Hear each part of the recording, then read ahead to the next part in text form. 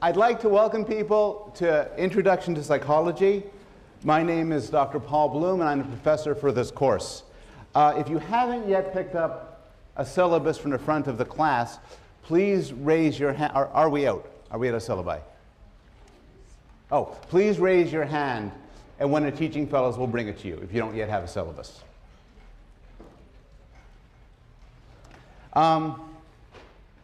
The syllabus is also available on this website. This website will become important to you should you choose to take this class. It will include the syllabus, which will occasionally be revised well in advance.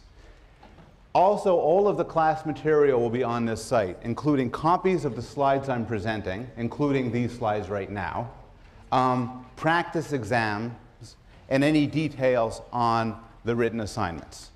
So you'll need to use this website regularly to keep in touch with the course. Today will be a short class. What I just want to do today is orient you, tell you what this course is about. I know this is shopping period, and I want to give you a good sense of what you'd be in for if you took this course. I want to go over the style of the classes, the evaluation, the readings, and so on, and then give some examples of some of the specific topics that we'll be covering. But before I get started, I have to point out something a little bit unusual about this class. We are being filmed. This course is one of 7 courses chosen to begin the Yale University Open Educational Resources Video Lecture Project. And what this means is that when the year is over, these videos will be available on the internet free for anybody who wants to see them. And ideally will be accessed by people across many different countries, some who would not normally have access to a university education. I see this as a good and honorable use of Yale's resources, and of course it's also part of Yale's plan for world domination. So because of this, a Yale University production team from the Center of Media Initiatives is going to be taping all the class lectures, and they're up there. The idea is that this should be as unobtrusive as possible, and the classroom experience should essentially be the same as if they're not there. So it's their intention to tape the lectures, to tape me and sometimes the slides, but not tape your faces or voices, so we're not having you sign release forms. 2 things. One thing is, personally, I have to remind myself not to use profanity, because children may be watching, so I'll try not to do that. There's also another complexity. If you are in the front row, or the second row, or the third row, it is possible that some part of your head, your back, or even your face might end up on film. If you are in the witness protection program, or you're some sort of fugitive, you probably don't want to sit in the front row. I'll give them, if people want to unobtrusively kind of slide back, that's fine as I'm talking. Okay, we're ready. So I'd like to welcome people to this course, Introduction to Psychology. My name is Dr. Paul Bloom. I'm professor of this course. And what this is going to be is a comprehensive introduction to the study of the human mind. So we're going to cover a very, very wide range of topics, including brains, children, language, sex, memory, madness, discuss racism and love, and many others. We're going to talk about things like the proper explanation for differences between men and women, the question of whether animals can learn language, the puzzle of what grosses us out, the problem of why some of us eat too much and what we could do to stop, the question of why people go crazy in groups, research into whether you could trust your childhood memories, research into why some of us get depressed and others don't. The style of this is there'll be 2 lectures a week, as well as course readings. Now, to do well in the course, you have to attend both the lectures and do the readings. There will be some overlap. In some cases, the lectures will be quite linked to the readings, but there will be some parts of the readings that will not find their way into the lectures, and some lectures, some entire lectures, that will not connect at all to the readings. So to pursue this course properly, you have to do both. What this means is that if you miss a class, you need to get notes. And so you should get them from a friend or from the person sitting next to you. The slides are going to be made available online. So one of the things you don't have to do is you don't have to write this down. You take notes any way you choose. But if you don't get anything on there, it'll be available online. I'm going to post it in a format which will be black and white and easy to print out. So you don't have to worry about this. But again, attending to the slides is not a substitute for attending class. There's a textbook, Peter Gray's Psychology, 5th edition. And there's also a collection of short readings, The Norton Reader, edited by Gary Marcus. It's an excellent textbook, it's an excellent collection, and you should get them both. They're available at Labyrinth Bookstore on York Street, or you can get them online. I should note that last time I taught the course, I used the Marcus Reader. And when Professor Marvin Chun taught his course last semester, he used Peter Gray's 5th edition textbook. So there may be a lot of used copies floating around. You should feel free to try to get one of those. The evaluation goes like this. There is a midterm and there's a final. The final will not be held in the exam period because I like to take long vacations. It will be held the last day of class. The exams will be multiple choice and short answer, fill in the blank, that sort of thing.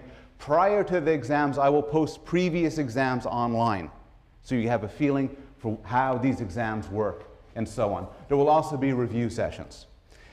Starting at the beginning of the 3rd week of class, that is not next week, but the week after, on Monday, each Monday, I'm going to put up a brief question or set of questions which you have to answer.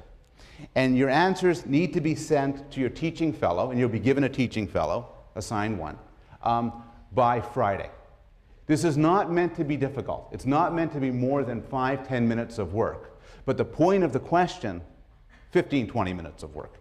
But the point of the question is to motivate people to keep up with the material and do the readings. These questions will be marked pass-fail. I expect most everybody to pass all of the questions. But it's just to keep you on track and keep you going. There's a book review, a short book review to be written towards near the end of the class. I'll give details about that later on in the semester. And there's also an experimental participation requirement. And next week I'll hand out a piece of paper describing the requirement. The point of the requirement is to give you all experience actually seeing what psychological research is about, as well as to give us hundreds of subjects to do our experiments on. The issue sometimes comes up as to how to do well in the course. Here's how to do well. Attend all the classes, keep up with the readings, ideally keep up with the readings before you come to class. And one thing I would strongly suggest is to form some sort of study groups, either formally or informally. Have people you could talk to when the prior to the exams, or she's patting somebody next to her. I hope you know him. And in fact, what I'm going to do, not this class, because it's shopping period, I don't know who's coming next class or what, but I'll set up a few minutes prior at the beginning of class for people just to introduce themselves to the person next to them, so they have some sort of resource in the class. Now, this is a large class, and if you don't do anything about it, it can be very anonymous. And some of you may choose to pursue it that way, and that's totally fine. But what I would suggest you do is establish some contact with us, either with me or with any of the teaching fellows, and I'll introduce the teaching fellows sometime next week. You could talk to us at the beginning or the end of class. Unless there's special circumstances, I always try to come at least 10 minutes early, and I'm willing to stay late to talk to people.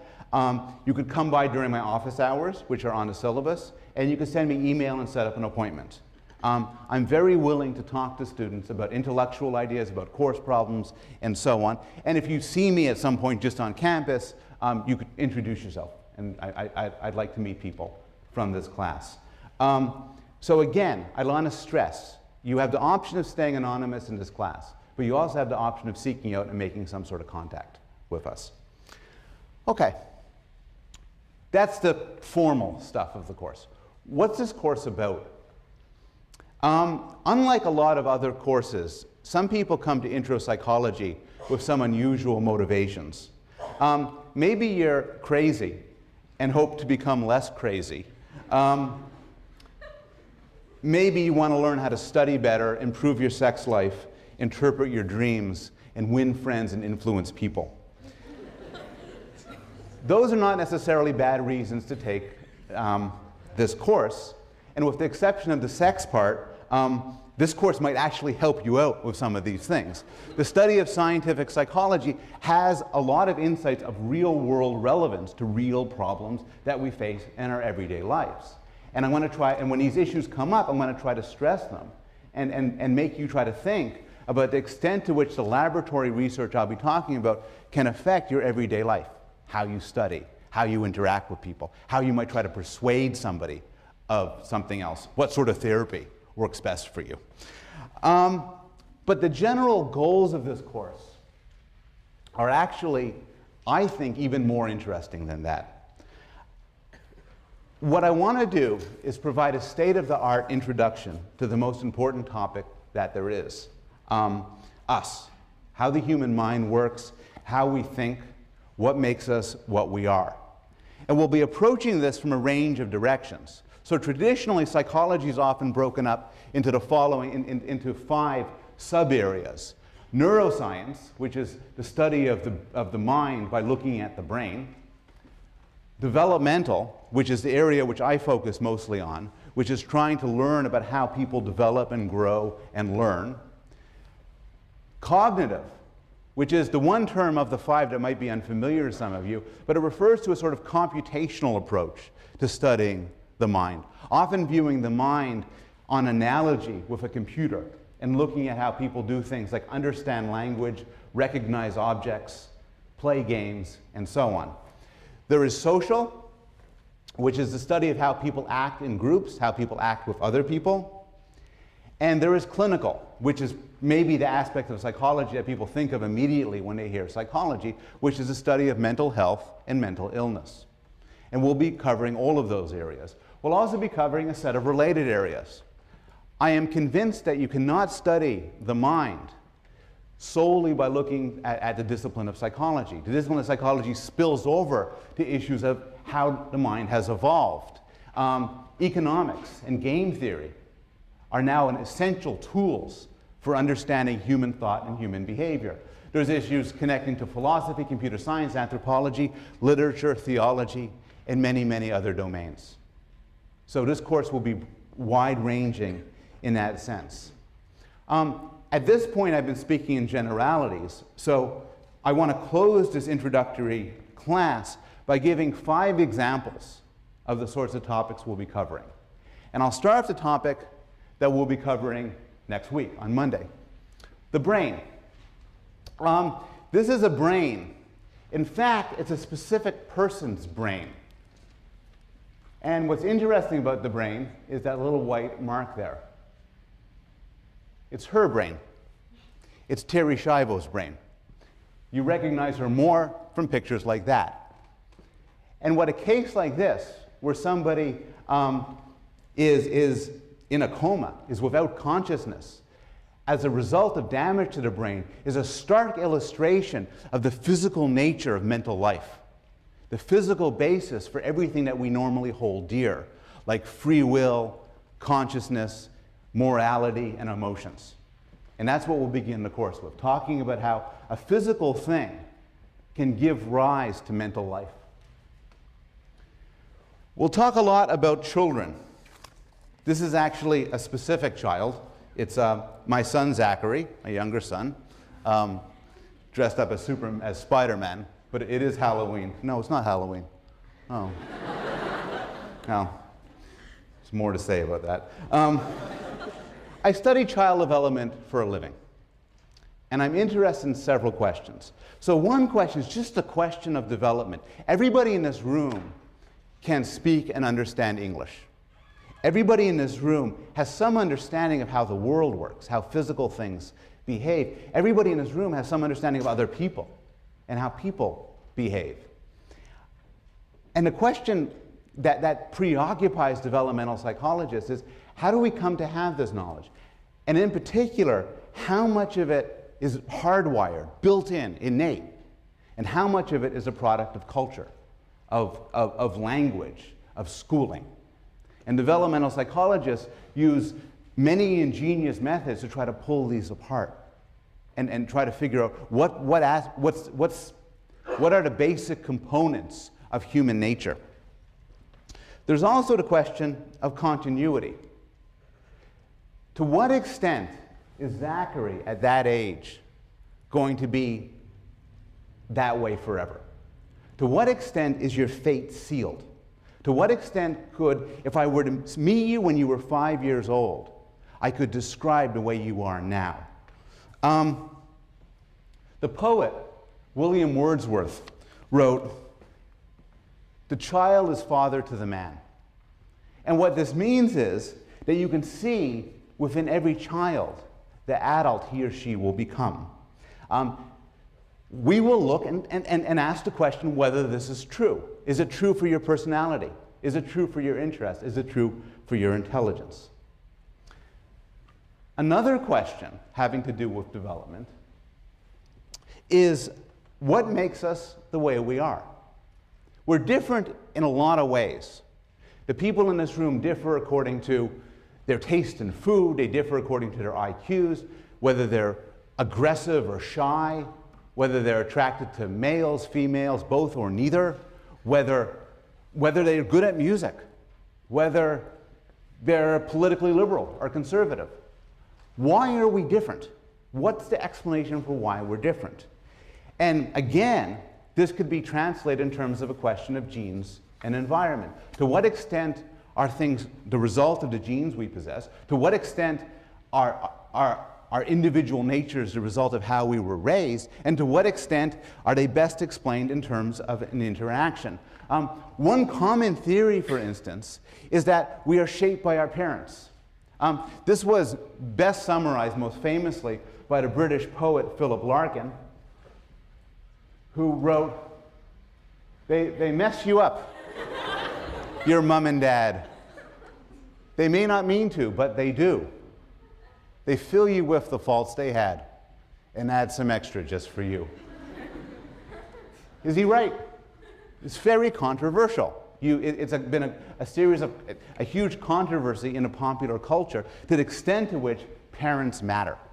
And this is an issue which will preoccupy us for much of the course. A different question: what makes somebody attractive? And this can be asked at all sorts of levels, but a simple level is, what makes for a pretty face? So these are, according to ratings, very attractive faces. They are not the faces of real people. What's on the screen are computer-generated faces of a Caucasian male and a Caucasian female who don't exist in the real world. But through using this sort of computer generation and then asking people what they think of this face, what they think of that face, scientists have come to some sense as to what really makes a face attractive, both within cultures and across cultures. And that's something which we're going to devote some time to when we talk about social behavior, and in particular when we talk about sex. Not all attractiveness, not all beauty, of course, is linked to sex. So pandas, for instance, like this panda, are notoriously cute. And I don't have anything to say about it, really. It's just a cute picture.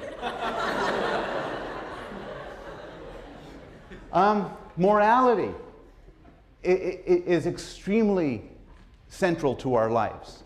And a deep question which we will struggle with throughout most of the course is the question of good and evil, evil and good. These three pictures exemplify different sorts of evil, what you could call institutional evil, by somebody behaving cruelly towards somebody else, perhaps not due to malice, but because of the situation that she's in. It has a picture of Osama bin Laden, a mass murderer driven by a political cause. And then there's this guy on the bottom. Anybody know who he is? Ted Bundy. Who got that? Film that, man. No. Ted Bundy. Exactly. And that's like, before we get into the technical stuff, that's like crazy evil. And we're going to have to come to terms with why some people are like that. And again, the same situation comes up. Is it part of your nature to be good or bad? Or is it largely due to the situation that you fall in? And there's a lot of some quite spectacular experiments that try to tease that apart. If we're going to talk about evil, we should also talk about good. These are pictures of two notoriously good men, Oskar Schindler and Paul Rusesabagina, each who at different times in history saved the lives of many, many people at great risk to themselves. Schindler in the Holocaust, and then the other guy because I can't pronounce his name, Rusesabagina, in Rwanda. And they both had real good movies made about them. But what's interesting with these cases is you couldn't have predicted ahead of time that they would be heroes. And one personal issue within any of us is, what would we do in such situations? Finally, throughout this course, we will discuss mental illness. Now, towards the end of the class, I want to devote a full week to discussing major disorders like depression and anxiety, because of their profound social importance. Such disorders are reasonably common in college students. Many people in this room are currently suffering from a mood disorder, an anxiety disorder, or both. And I won't ask for a show of hands, but I know a lot of people in this room are on some form of medication for this disorder. And we'll discuss the current research in why people get these disorders and what's the best way to make them better. But I also have a weakness for the less common mental disorders that I think tell us something really interesting about mental life. So when we talk about memory, for instance, we'll talk about disorders in memory, including some disorders that keep you from forming new memories, as well as disorders of amnesia, where you forget the past. And these are extraordinarily interesting for all sorts of reasons. Early in the course, in fact, I think next week, we will discuss, later on in the course, in the middle of the semester, we will discuss the amazing case of Phineas Gage. Phineas Gage was a construction worker about 100 years ago. Due to an explosion, a metal pipe went through his head like so. Miraculously, he was not killed. In fact, his friends, it went through his head, ended up 100 feet away, covered with brains and blood. And Phineas Gage sat down and oh. And then on the way to the hospital, they stopped by a pub, have some cider. He was not blind, he was not deaf, he was not retarded, but something else happened to him. He lost his sense of right and wrong. He lost his control. He used to be a hard-working family man. After the accident, he lost all of that. He couldn't hold a job. He couldn't stay faithful to his wife. He couldn't speak for 5 minutes without cursing. He got into fights. He got into brawls. He got drunk. He lost his control. He ended up on a circus sideshow, traveling through the country with the big steel pipe that went through his head. And this is, again, an extraordinary example of how the brain can give rise to the mind and how things that go wrong with the brain can affect you in a serious way. We'll discuss cases of multiple personality disorder, where people have more than one personality, and also discuss the debate over whether such cases are true or not, whether they can be taken as a real phenomena or a made-up phenomena, there's a matter of a lot of controversy. And then we'll even discuss some rarer cases, like Capgras syndrome. Capgras syndrome is typically, there's hundreds of cases, not many, hundreds of cases. It's typically the result of some sort of stroke. And what happens to you is very specific. You develop a particular delusion, like it's getting dark. And The delusion is that the people you love the most have been replaced. They've been replaced by aliens or robots, thank you, by Martians, by CIA agents, by trained actors and actresses, but the idea is the people you care for the most, you believe are gone. And this could lead to tragic consequences. Capgras syndrome is associated with a very high level of violence. One man in Australia a couple of years ago was under the delusion that his father was replaced with a robot and cut off his head. A related disorder involving the very same parts of the brain is called Cotard's syndrome. And Cotard's syndrome is you believe that you're dead. You believe that you're dead. You are persuaded that you're dead. You're walking around. You know you're walking around. You know that there are people around. But you think that you're dead.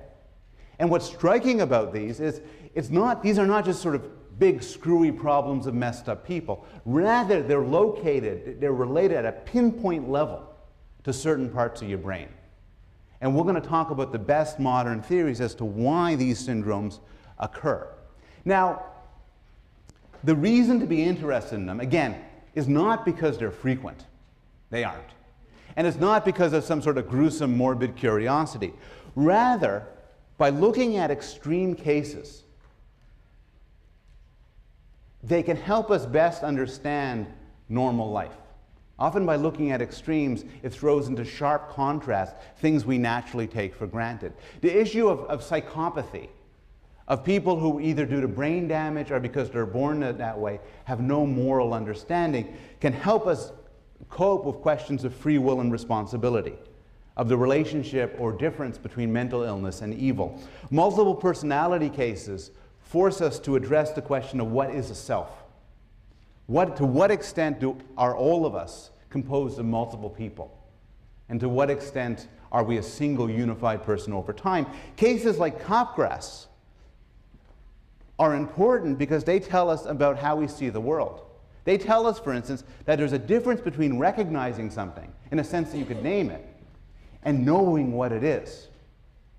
And so by studying these abnormal cases, we can get some insight into regular life. So that's the end of the illustration of the example topics. The syllabus lists many more. I'll end by telling you that there's a lot of stuff that we'll be talking about, that I want to talk about, that I am not expert in. And fortunately, there is a community at Yale of the best scholars and teachers on the planet. And so it would be a shame for me not to use them to cover some of these issues. And so I'm going to include 4 guest lecturers. The first one is Dr. Marvin Chun, who teaches the Introduction to Psychology course in the fall, and is my competition. And he's going to give an amazing lecture on cognitive neuroscience, especially the cognitive neuroscience of faces. Dr. Susan Nolan-Huxema is the world's authority on depression, and in particular on sex differences in depression. And she's going to talk about this towards the end of the course. Kelly Brownell is going to talk, is the head of the Rudd Center, focuses on obesity, eating disorders, dieting, and he'll talk about the psychology of food. And finally, Dr. Peter Salovey, Dean of Yale College, is going to come to us on Valentine's Day and tell us everything he knows about the mysteries of love. All of these details are in the syllabus, and I'll stick around and answer questions. Hope to see you next week.